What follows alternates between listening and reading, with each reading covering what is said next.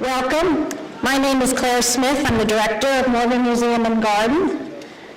Isn't this a fabulous space? I hope you didn't have too much trouble finding it, or even parking is a little bit of a challenge as well. But we're all glad you're here.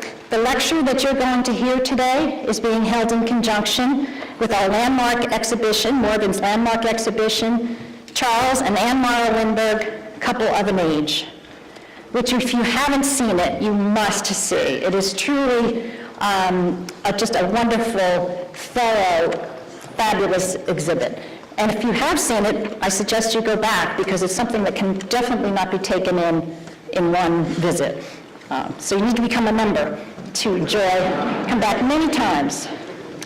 It is my pleasure to introduce Barbara Webb on the Morven staff, who will introduce our esteemed speaker. Thank you.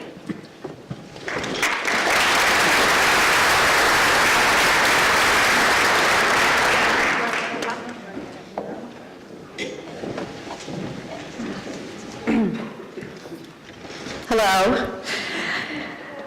When Morven's curators and programming staff began to think about what it would be like to mount an exhibition about a subject as involved as the Lindberghs, they quickly realized that to tell the story, the full story, of this endlessly fascinating couple, 5 galleries with photographs, timelines, and text would not be enough. To delve more deeply into their complex lives, it would be vitally important for the museum to also present the authors and experts who have spent years researching the Lindberghs, as well as the pivotal moments of the 20th century during which their influence was undeniable.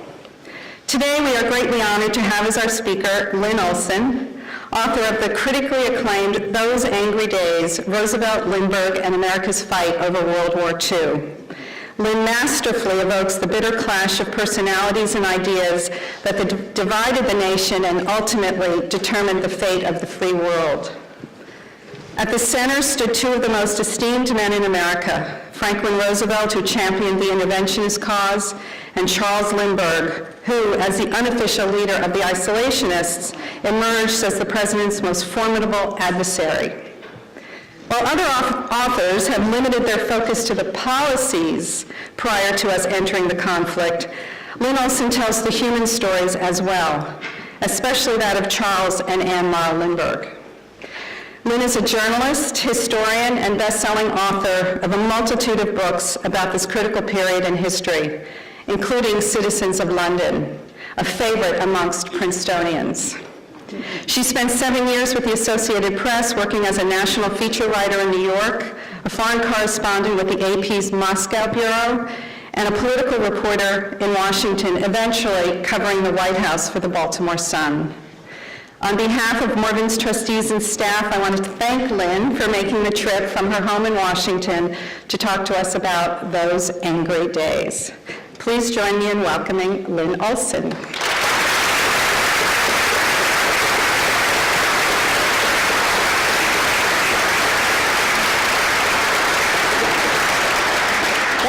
Thank you very much, Barb. I am really, before I start, I want to say that there's going to be questions and answers at the end, and that's my favorite part of a lecture, and so I hope all of you come up with some really good questions. I particularly like talking about Charles Lindbergh because he is endlessly fascinating in a strange, it's very hard for me to describe Charles Lindbergh, and so I love talking about him, and if you have any new insights on him, I'd be very happy to hear them. But I am really delighted to be here today. When Barb called me several months ago to ask if I would speak in Princeton in connection with the Morven's exhibition on Charles and Anne Lindbergh, I jumped at the chance. As Barb said, I'm here principally to talk about my latest book, Those Angry Days, which focuses on the Lindberghs as 2 of its most important characters. But ever since I arrived early this afternoon, I've also been reminded of the book I wrote right before Those Angry Days, which is called Citizens of London. One of the main figures in Citizens is John Gilbert Winant, the American ambassador in Britain during World War II. Those who have read the book know that he is the real hero of it. I certainly wrote it with that intention. Gil Winant had very strong ties to Princeton, as many of you probably know. He went to the university here, and his wife grew up here. His son, John Winant, also went to Princeton, as did his grandson, Dr. John Winant, who is in the audience today, right down there. Citizens of London is the story of America's wartime alliance with Britain, as seen from the point of view of three Americans, one of them being Winant, who played critical roles in creating that relationship and then helping to keep it alive.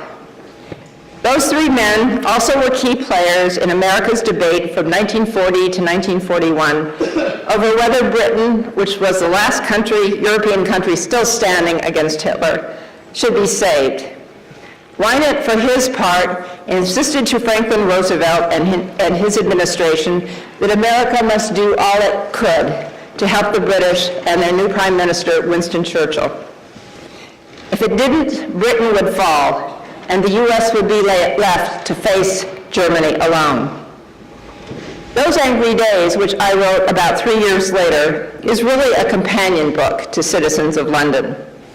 While Citizen focuses on the war from Britain's perspective, Those Angry Days looks at the fierce debate in America from 1939 to 1941 over what its role should be in what would become World War II. Should the country give up its traditional isolationism and come to the aid of Britain, or should it go even further and enter the war? Just as Gil Winant takes the center stage in Citizens, Charles Lindbergh takes center stage in Those Angry Days. In the case of Winant, from the day he arrived in England in March 1941, he made it clear that unlike his appeasement-minded predecessor, Joseph P. Kennedy, he was there to stay. The first words he spoke after stepping off his plane were, "There's no place I'd rather be than here in England." Just a few weeks later, in April 1941, Charles Lindbergh traveled the other way, from Europe to the United States. He and his family had been living in Europe for more than 5 years at that time. They had taken refuge there, first in England and then in France, to get away from the pain and horror of the kidnapping and murder of their son in 1932, and the media frenzy that followed. Lindbergh was convinced that the American tabloid press that had hounded him relentlessly since his transatlantic flight in 1927 were indirectly responsible for his son's death. He basically gave up on his own country. During those years he spent in Europe, he traveled several times to Nazi Germany, which was then clearly gearing up for war. He was invited there by the head of the German Air Force, Hermann Goering. Goering obviously had an ulterior motive in issuing that invitation. He wanted to convince Lindbergh, the most famous aviator in the world, that the Luftwaffe was the biggest and mightiest air force in existence, and that it couldn't be beaten. His propaganda ploy worked brilliantly. Lindbergh bought into that idea 100%. He came away from his visits to Germany convinced that it was going to be unbeatable in any future war in Europe, and that the U.S. should stay as far away from it as possible and focus solely on its own defense. When it became more and more clear that Europe was in fact going to be soon engulfed in war, he decided to return to America and do whatever he could to keep this country out of war, even though he despised the whole idea of getting back into the whirlwind of celebrity. As soon as the war began in September 1939, when Germany invaded Poland, Lindbergh became the personification of isolationism in America. Why, you might ask? After all, this was a man with little knowledge of politics and foreign affairs and no experience in either one of those areas. But what he did have was celebrity. He was, in fact, one of the two most famous men in America. When he spoke over the radio starting in the fall of 1939, he drew enormous audiences. Huge crowds flocked to hear him at rallies around the country. No other advocate of isolationism aroused such enthusiastic support.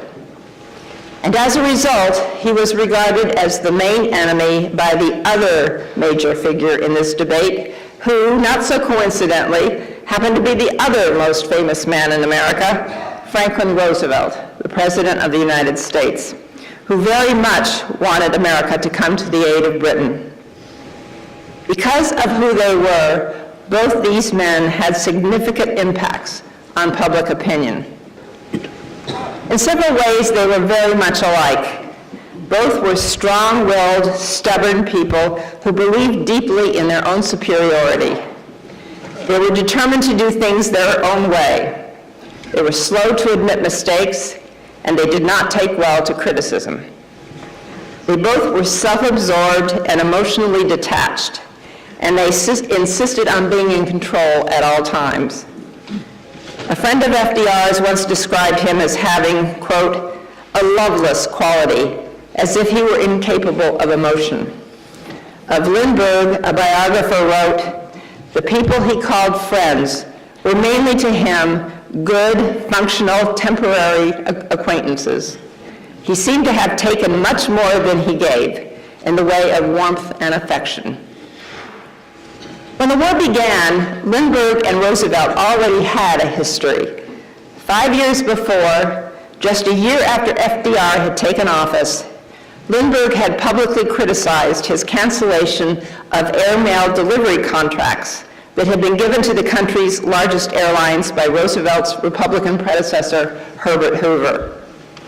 Roosevelt had said there was fraud and bribery involved in giving out the contracts, and he ordered the U.S. Army Air Corps to start delivering the mail. Lindbergh was an advisor to one of those airlines, and he publicly attacked the president for ending the contracts without giving the companies a chance to respond.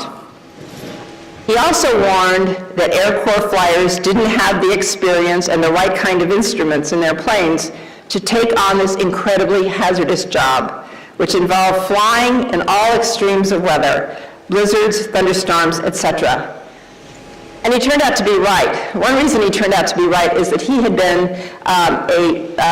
delivered the mail himself, so he knew firsthand what it was like. In the 4 months that Army pilots flew the mail, there were 12 men killed, 66 crashes, and as one writer put it, untold humiliation for the Air Corps and for the White House. Very soon, the airlines were back delivering the mail. This was Roosevelt's first major public relations defeat. He was just coming off the high of the New Deal, and he never forgave Lindbergh for that. I personally think that the bad feelings left over from that earlier fight were part of the reason for the extremely bitter confrontation between them in the years I write about. One of the things that really surprised me when I was doing research for those angry days was how brutal this whole debate was. FDR said it was going to be a dirty fight, and he did a great deal personally to make sure it was. He was convinced that the isolationists posed a major threat to the country and himself, and he went after all of them, especially Lindbergh. In a letter to his Treasury Secretary, Roosevelt wrote, "If I should die tomorrow, I want you to know this. I am absolutely convinced that Lindbergh is a Nazi." To another member of his cabinet, he said, "When I read Lindbergh's speech, I felt that it could not have been better put if it had been written by Goebbels himself." Beginning in late 1939, the president and his supporters embarked on a campaign that lasted until Pearl Harbor to destroy the credibility and reputations of Lindbergh and other prominent isolationists, calling them subversives, fifth columnists, and as we have seen, even Nazis. Parenthetically, Lindbergh was many things, but he was never a Nazi. I must also add, however, that Lindbergh and the other isolationists were not blameless in this fight, although they were not nearly as good at it as the interventionist side. They portrayed FDR as a dictator, much along the same lines as Hitler and Mussolini, and they claimed he was responsible for undermining democracy and representative government and rushing the country into war without the people's consent. Caught right in the middle of this nasty, no-holds-barred battle was Lindbergh's wife, Anne. It was the last place in the world she wanted to be. Soon after she returned to the U.S. with her husband in 1939, she wrote about a premonition she had that America was about to tear itself apart over the issue of war in Europe. The country was embarking, in her view, on, quote, a long period of struggle and hate and jealousy and false names. I see no place in it for me. I, who do not want to fight, who do not want to force myself intellectually, spiritually, emotionally on another human being. Nonetheless, she would find herself caught up in the hate and jealousy she had so accurately foreseen and dreaded so much. Anne Lindbergh was a sensitive, quiet, incredibly talented woman who had grown up with the dream of marrying a hero. And she did. The biggest hero of them all, Charles Lindbergh.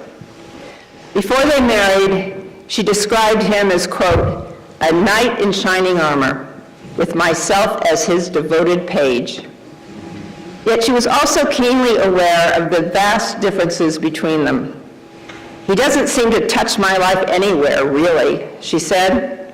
I have more in common with anyone, the most distant of distant people, than with him. But at the same time, she was in love with him, or at least in love with the idea of him. And despite everything she went through, and she went through a lot with him, she remained his page, his disciple, for much of the rest of her life. Lindbergh, as I said, was an emotionally remote man, very much of a control freak, and he basically set the agenda for their marriage. Although Anne was an extremely gifted writer who had written 2 widely praised best-selling books by the time she was 32, she put him first almost always, doing her best to accommodate and to please him. In doing so, she followed him into isolationism.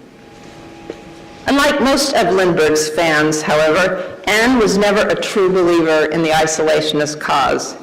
She passionately defended her husband, and she publicly espoused isolationism, but her diaries are full of doubts about its correctness. She once wrote, there are lots of things and people I don't like who are involved in this work.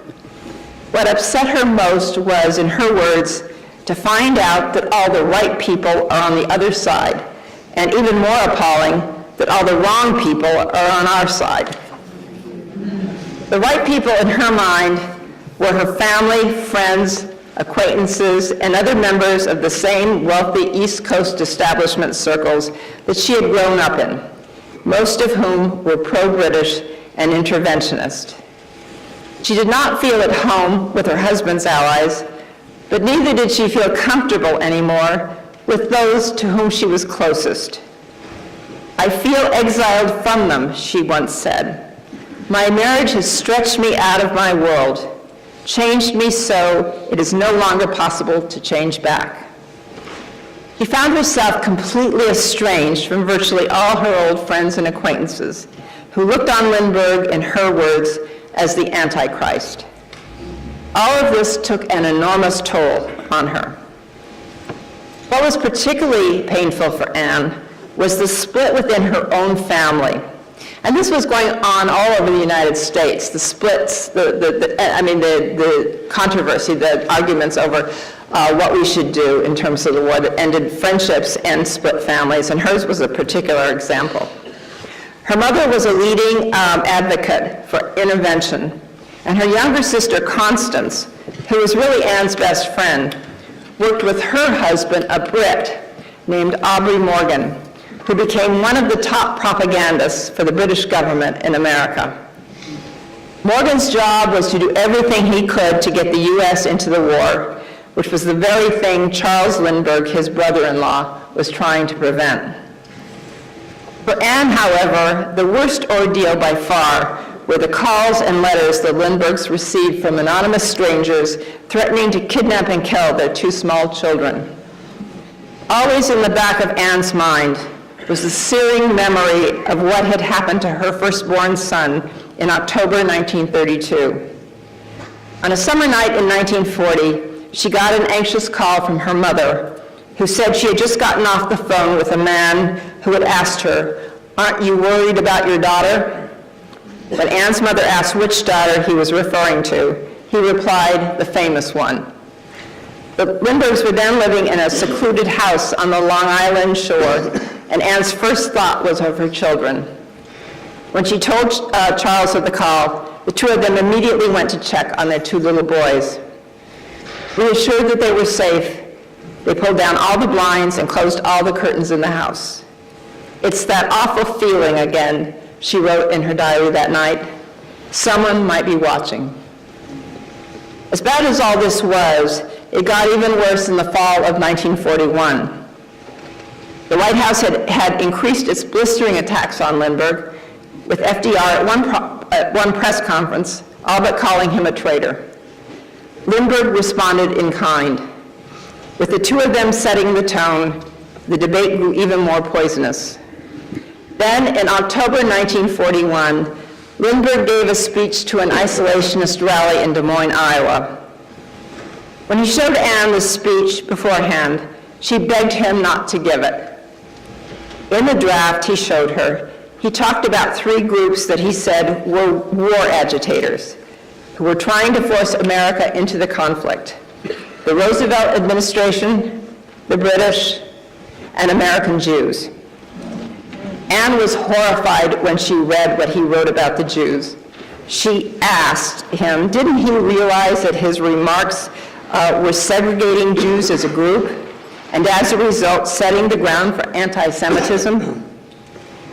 What he was doing, she said, was branding Jews as a separate race whose own agenda was contrary to the interests of their own country. According to his rhetoric, there were Jews first, Americans second. When Anne told Lindbergh that his remarks would be interpreted as Jew baiting, he argued he didn't mean to do that, and he rejected all her arguments. She later told an interviewer that he, quote, just didn't believe me. He simply couldn't see what I was saying. Tone deaf to the sensitivities of others, Lindbergh felt that the views he held were invariably correct, and that he had a right, indeed an obligation, to express them, no matter the consequence to himself or others. You got to remember that his views were hardly uncommon in America at that time. The difference was he was saying in public what other people were saying in private. And Anne, of course, turned out to be right. Her husband's remarks about the Jews touched off a firestorm of outrage throughout the United States, which did enormous damage to the isolationist movement and all but destroyed Lindbergh's popularity and credibility. Virtually every newspaper and magazine in the country denounced him. Indeed, one magazine called him the most dangerous man in America. 2 months later, the Japanese attacked Pearl Harbor, and the debate over America's involvement in the war immediately came to an end. The U.S. officially entered it, against Germany as well as Japan. After learning about the Japanese attack, Lindbergh issued a statement supporting Roosevelt's war declaration. Now that war has come, he said, we must meet it as united Americans, regardless of our attitude in the past. After saying that, he fell silent. The most famous isolationist in America was suddenly gone from the public arena. Lindbergh desperately wanted to fight in the war as an Air Force pilot, but FDR refused to let him do that. So he had to be content with working with Henry Ford, who established a great empire in defense.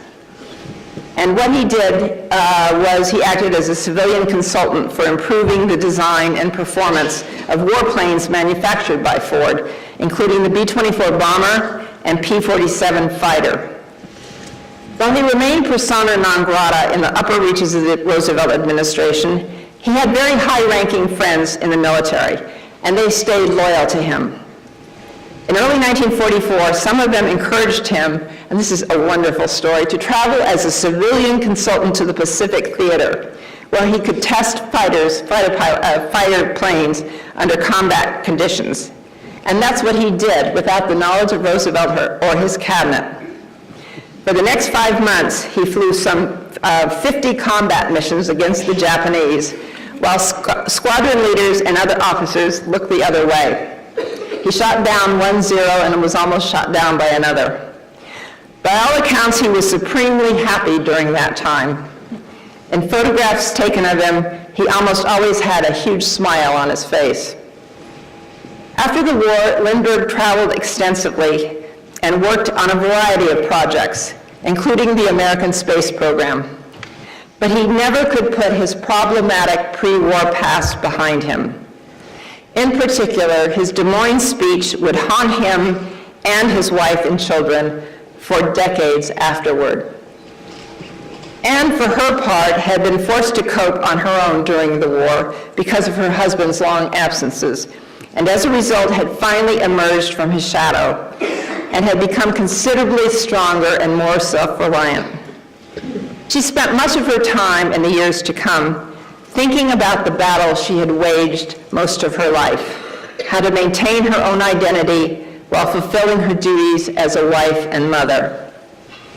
In the early 1950s, she wrote a book called Gift from the Sea, which I imagine a number of you have read, I certainly have, which focused on those issues that faced her and many other women like her, and face women to this day. The book was a series of meditations about youth, age, love, marriage, friendship, and the need to take care of oneself. And it quickly became one of the biggest successes in U.S. publishing history. It was on the New York Times bestseller list for 2 years, the first year as #1, all the way through that year. It sold more than 5 million copies in its first 20 years in print.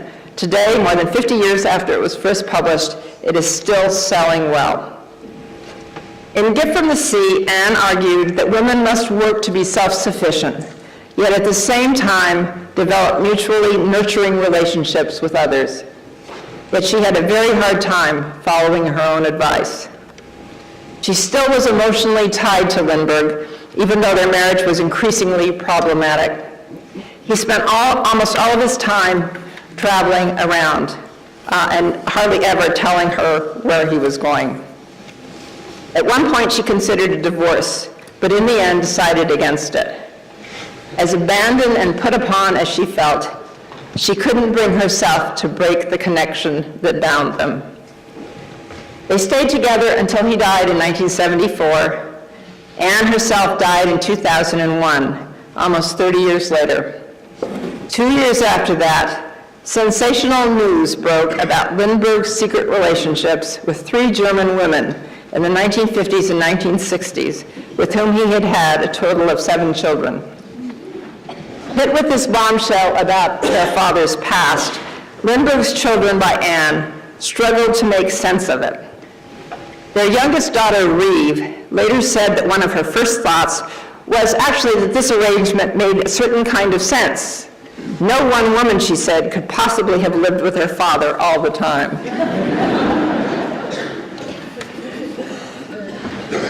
At first, Reeve was full of rage over what Lindbergh had done.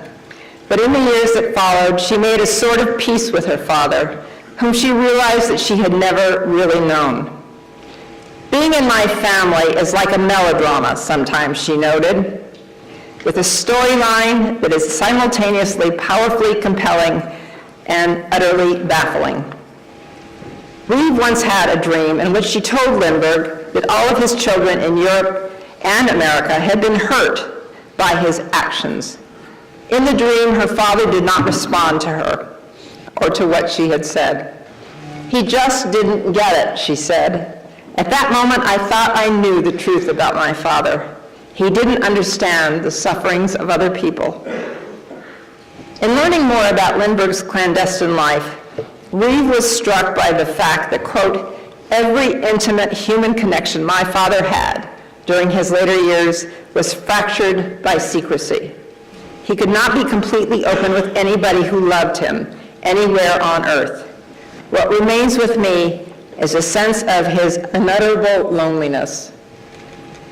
There was one place, however, where Lindbergh could escape from that loneliness, where he could forget, for at least a few moments, the complications and demands of his strange, tumultuous life. A place where he could turn back the clock and experience again the adventure of his youth.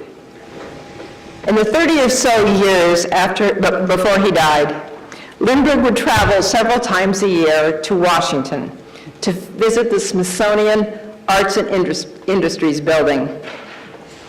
He would walk in and position himself behind a museum showcase so that he was as inconspicuous as possible.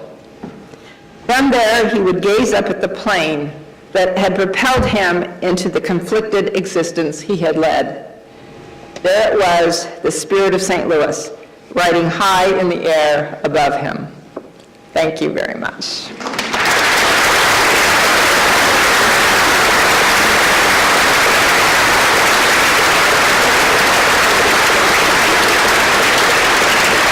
Thank you, Lynn. We'll take some questions from the audience. I do not believe we have a microphone, so if you could speak loudly, and then maybe Lynn will repeat the question. Okay, sure. Yes, sir. I don't know if you've read James Holland at all, but I'm wondering, he did like sort of a fundamental analysis of the battles written and the advantages that were had. And I'm wondering, I mean, obviously this man was a hero, and I haven't read the back of your book yet, but did he rethink his indoctrination about the Germans their night because they lost? That's right.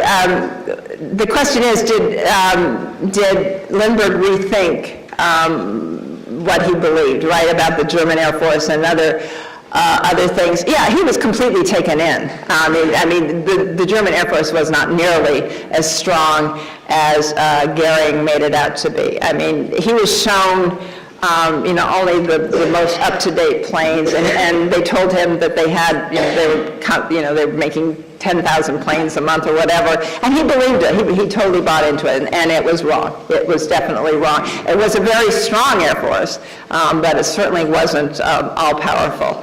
No, he never acknowledged that he was wrong. He never acknowledged that he was wrong about anything. Actually, most seriously, and that hurt his reputation as well after the war. He never, even in the face of the Holocaust, he never really took back what he had said about the Jews.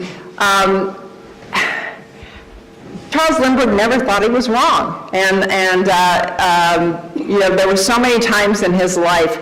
One time when Goering gave him a medal in one of those trips to Germany that haunted him, that the administration, the Roosevelt administration, used as a club because he hadn't given it back. Well, he had no idea that they were going to give him this medal. It was a very impromptu thing. He, in fact, had been invited. Goering had issued the invitation, but the American government wanted him to go. I mean, they knew he was going, and they wanted him to go so that he could gather information about what was going on with the German Air Force. And he was given that medal at the American Embassy. So, I mean, Roosevelt made it sound like he was hand in glove with the Germans at that time, and he had absolutely no knowledge of it. But he refused to explain the circumstances, and he absolutely refused to return it. And so, he kept digging himself in deeper and deeper because of that. Yes, sir. I'm really interested in your perspective on what direct effects do you see in the loss and murder of Charlie in the attitudes that were displayed by Lindbergh? Of course, if they moved away to Europe. That's a really good question. The psychology, I think it's a great job of doing psychology. The psychological the question is, what effect did the kidnapping and murder of their son have on his psychology, how he reacted emotionally, psychologically, and her too? It was huge. Lindbergh was never cut out to be what he became. Somebody wrote in a review, I think it was on Amazon, which I think is the best one-sentence description of him and what was going on, that no one was less suited to be Charles Lindbergh than Charles Lindbergh. I think that's really, really right. You know, to become the world was looking for, America was looking for a hero in the 1920s. You know, I mean, we were in the midst of the Teapot Dome scandal. There was, you know, the world was changing dramatically. It was a time of disillusion. You know, we had fought the world to end all wars, and you know, totalitarian was on the rise in Europe. And so the Americans were looking for a hero. We had no heroes. And then this young, handsome, modest guy, 25-year-old, flies the Atlantic, something that nobody had done before by himself, and he became a hero. You know, we were just talking about this earlier. My husband and I had a dinner party last night, and our guests were our best friends in Washington, and half the evening was spent arguing about whether Lindbergh was a hero. I don't think you're a hero because you are a fabulous pilot and you crossed the Atlantic, but he was treated that way, and he just was not prepared for it. And then, I mean, he got really, you can't imagine what it was like to be the Lindberghs in the late 1920s, early 1930s. They couldn't go anywhere with that notoriety. Prompted the kidnap and murder of his son. He never recovered from it. You know, he was a damaged person emotionally already, but I think that had a huge impact on his life from then on. As how could it not? But it really did, I think, play into a lot of what he did afterwards, and her too. Yes, sir. Do you attribute the roots of his isolationism more toward a libertarian streak, or because he was sympathetic to the eugenics of the Nazi race? And does Anne's diaries have any troublings? Was she troubled by that, or did she part company with him on most of these? That's a good question. What were the roots of his isolationism? I think that there were a number of factors. His father, you know, had been a congressman from, Lindbergh himself is from the Midwest. He grew up in Minnesota, spent much of his time in Washington. His father was a congressman from Minnesota and was also an isolationist before World War I. So he grew up in that kind of atmosphere. He was, I think, very, very influenced by his father. I also think that he was also, he really did believe that the Germans were going to conquer the world and that we should stay out of it. And that, I mean, then we get into some of the less pleasant things about his philosophy, about eugenics, about, you know, if we're going to fight, we should fight, you know, the Eastern hordes, you know, the communists, the Soviets, the yellow people, you know, the white races should stand together. We shouldn't fight Germany because they're a white race and they should band together.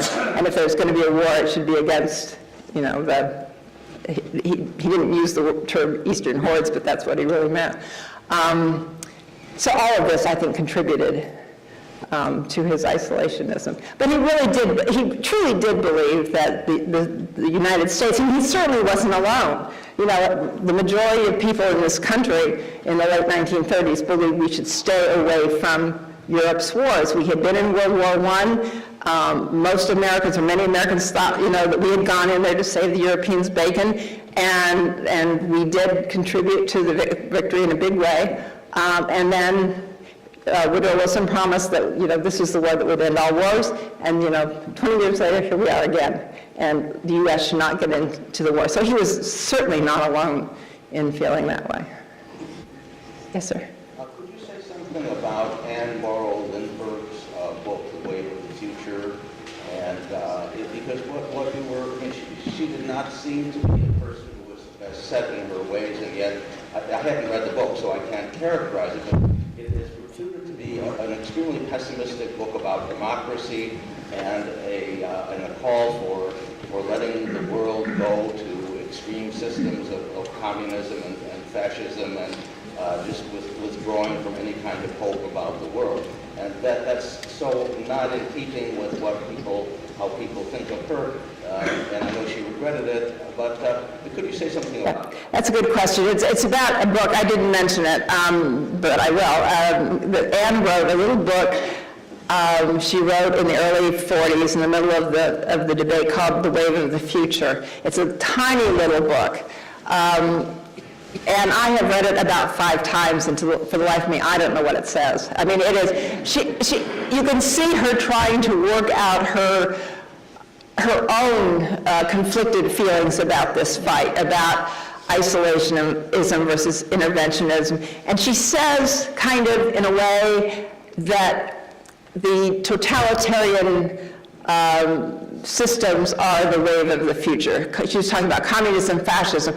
She insists she did not mean that as the wave of the future that we should follow, that we should see it for what it is. And she talked about the scum on the wave of the future, and she referred to fascism and communism in that regard. But everybody read it, and of course, all the opponents of Lindbergh, of whom there were many, from Roosevelt on down, just glommed onto that book. You could read it and you could say, yeah, she is agreeing with the isolationist view, that these systems are too strong for us to combat. But I don't think that's what she meant. She was just trying to say they are very, very, very powerful, and we have to come up with systems of our own. But one way we do that is to stay out of this war, and we work on building up our own democratic system so that when the war is over, that we can substitute democracy for this. But anybody who reads it is going to come up with their own view of what she's saying, because she doesn't really set it out. It was grabbed on, as I said, by the opposition. Roosevelt, in fact, made a veiled reference to it in his inaugural speech in 1941. He talked about those people who think it's a wave of the future, clearly referring to Anne. And she was demonized by that, which just totally devastated her. Because at that point, before that point, she was not really in the debate. I mean, she was part of it because her husband was involved in it, but she herself was not, pulled into the debate. Now she was, and she felt that everybody misunderstood what she had said. But the problem is that she hadn't said it well enough so that anybody could understand what she said. And she was haunted by that the rest of her life. She was haunted by the wave of the future. She did not write. She wrote almost very, very little until Gift from the Sea.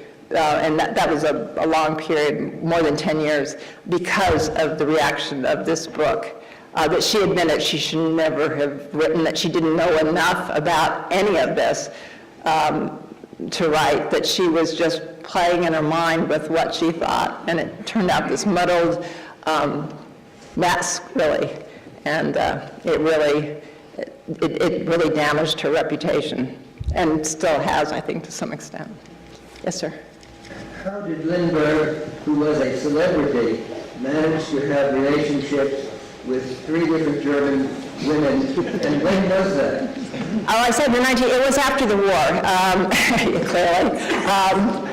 Well, he traveled all the time, and he would often,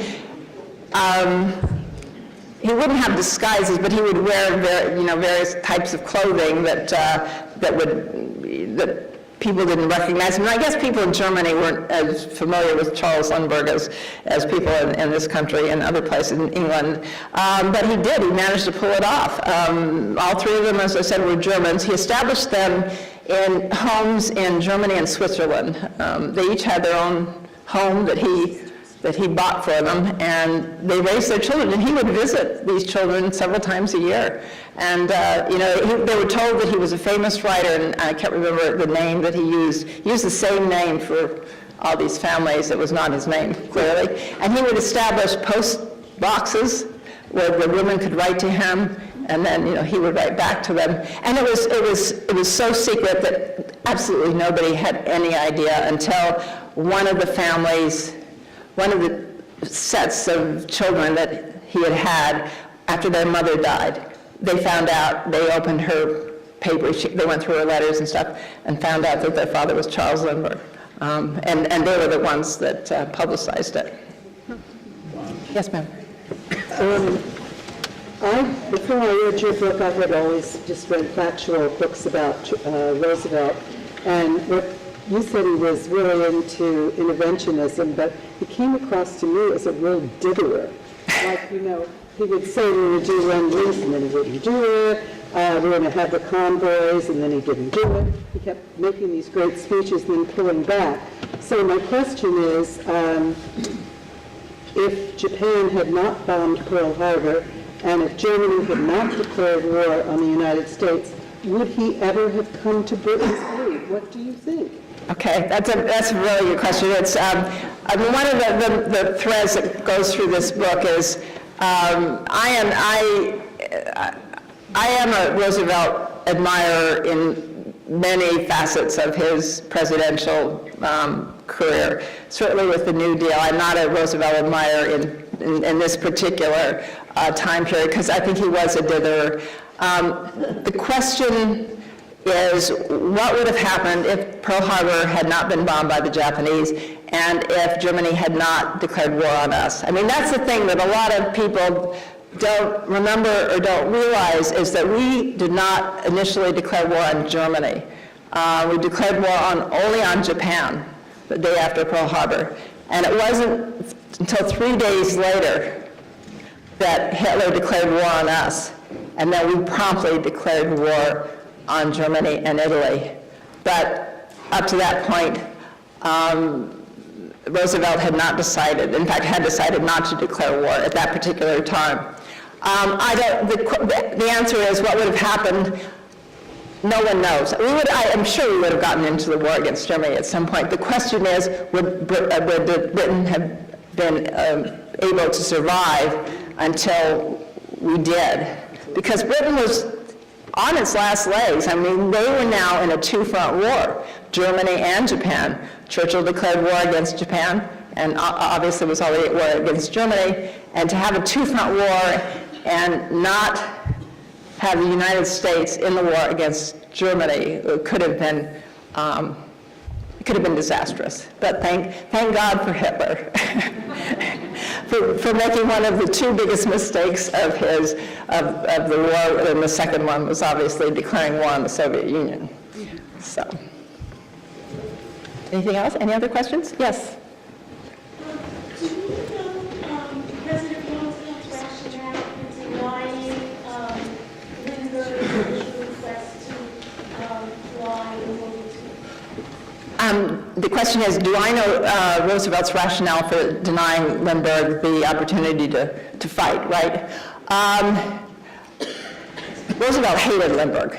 That's the rationale, I think. I think he really believed strongly that Lindbergh was a traitor, and that he could not be trusted to fight, against the enemy, that he wouldn't, but there was no, Roosevelt was a really good hater, and the people that he hated, he made sure knew it. And I think he never, I'm not kidding about that earlier contretemps that they had. I think Roosevelt was really angry.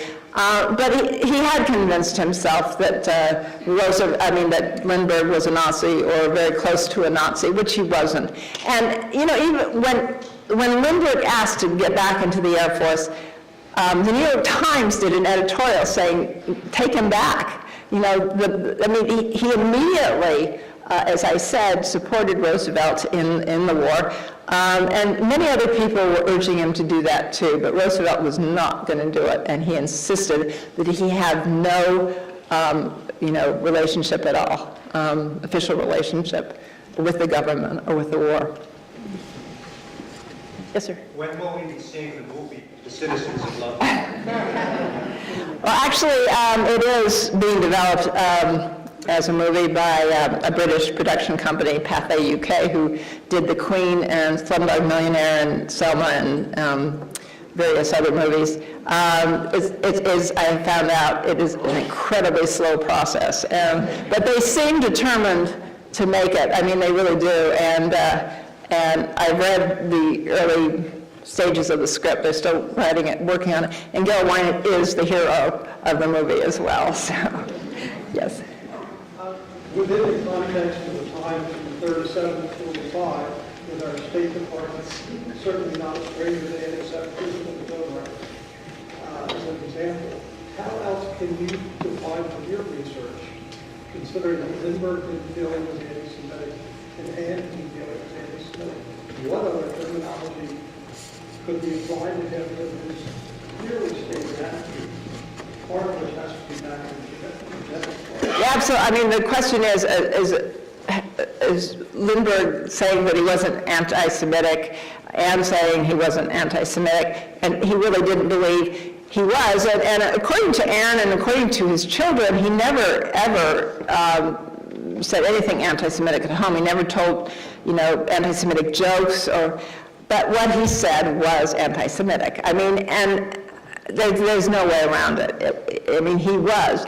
But as I really tried very hard to emphasize in those angry days, is there was an incredibly strong streak of anti-Semitism in this country at that time. Incredibly strong, and it ran through the government, as you mentioned, the State Department. The War Department, I think, was even stronger. I mean, some of the statements that generals, top-ranking generals made, were incredible. Truman Smith, who was one of George Marshall's advisors, who was a very close friend of Lindbergh's, made extraordinarily awful anti-Semitic statements throughout the war.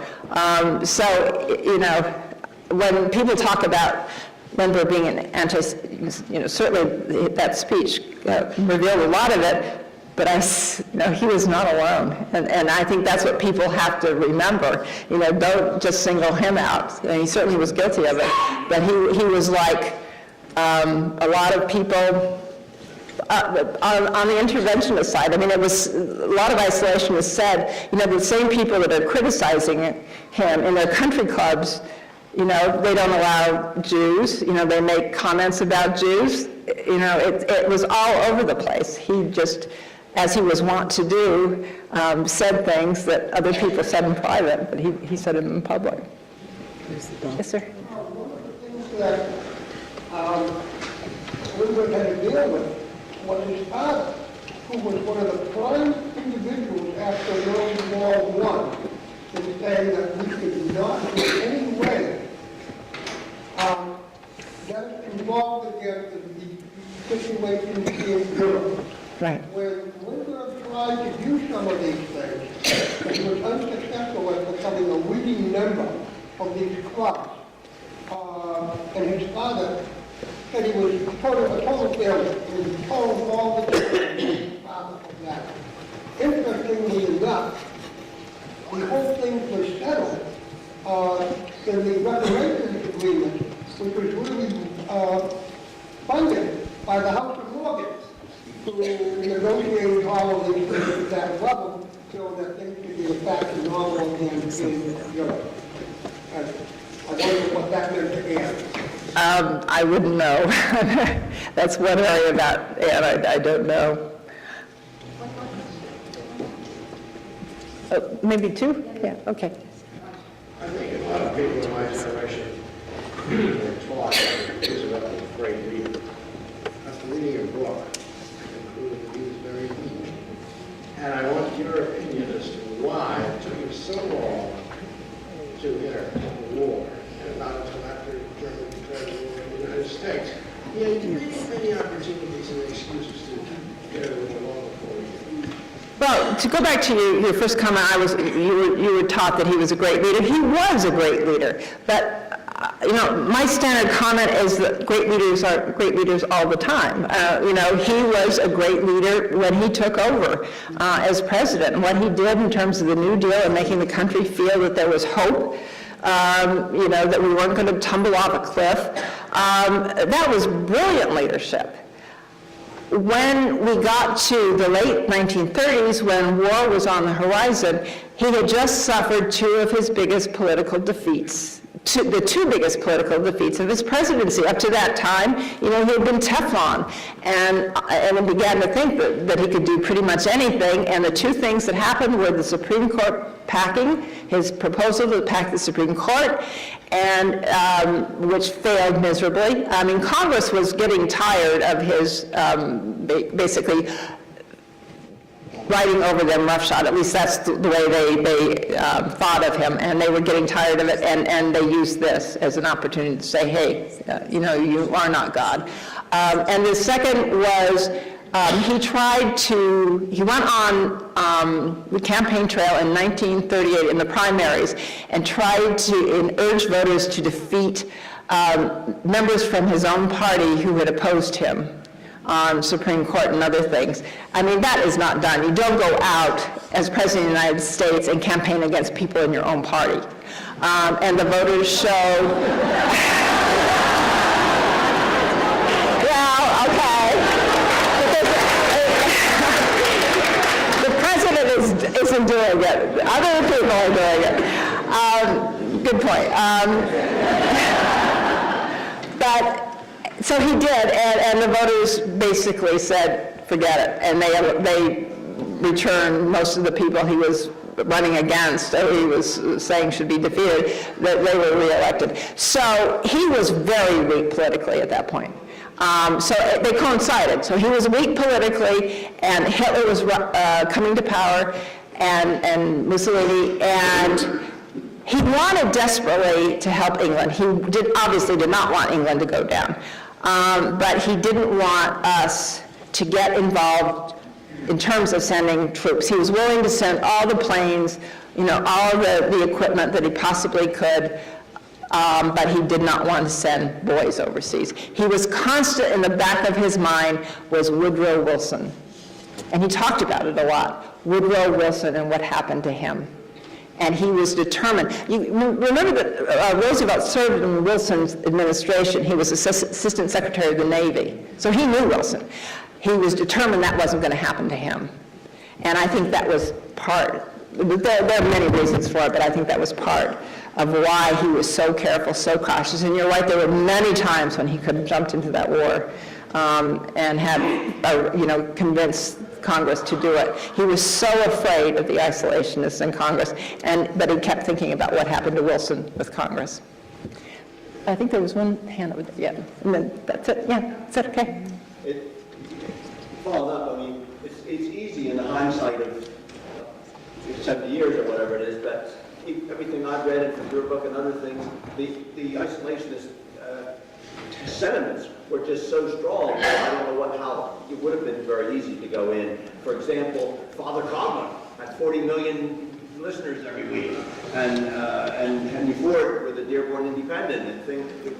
And I don't wonder, just like that lady said, if if the Japanese hadn't attacked and Hitler and Mussolini hadn't been stupid enough to follow, they didn't do anything else that they promised, but they did follow their treaties on that. And America was I suspect, much more willing and enthusiastic to fight the Japanese, those yellow people, even though Hitler became the main focus when we got in. But I wondered whether I don't know whether what's his name, Lindbergh himself, who wasn't a Nazi, he was certainly a racist, whether he was more willing to fly against the Japanese than he would have against the Germans, do you think? Well, I think he would have flown against the Germans, if Roosevelt had accepted it. To go back to your point, though, about what else, I think your point is what else could Roosevelt have done? And you talked about Father Coughlin and the strength of the isolationist movement. That's absolutely true in the mid to late 1930s, but it did start to change. Basically, it started to change when France fell and Britain stood alone. Finally, to us here, Poland, Czechoslovakia, like Neville Chamberlain said, it's a faraway country with people, that we don't know anything about. But all of a sudden, Paris, everybody, even if they hadn't been to Paris, and most Americans hadn't been, they know Paris. They'd seen pictures, the Eiffel Tower, the cafes, they'd seen movies, and all of a sudden you saw German troops marching down the Champs-Élysées. And then you had England, and everybody knows England, London, and they are fighting for their lives. That is when America finally started realizing what was at stake. And it's at that time that people like Ed Murrow and other American journalists started making Americans much more aware of what was at stake in terms of Britain and saving Britain. So, this book goes into great detail about the fight on the interventionist side to make Americans wake up and see what was happening and why America should go to war. And so there was a gradual change. Of course, people didn't want to go to war. Even in December 6, 1941, nobody wants to go to war. But the American people had gotten to the point where they said they thought we would go to war, and that if the only way that the Nazis could be defeated was by our going to war, we should go to war. But if you ask, if a pollster says, do you think we should go to war? No. I mean, most people would say no. It's how the question was phrased. The American people, I think, were far more ready to go to war before Franklin Roosevelt was, quite frankly. Okay, on that note, thank you very much.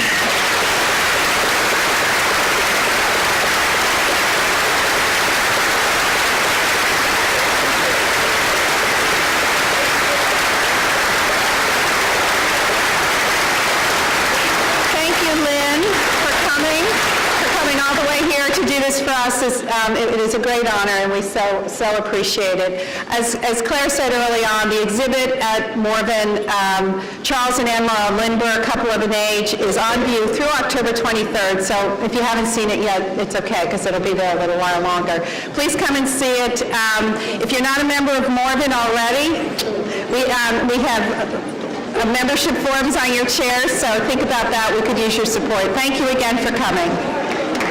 Oh, excuse me, books. If you haven't purchased and don't already have those Angry Days, it's here for sale. And Lynn is going to stay for a few moments to do some book signing.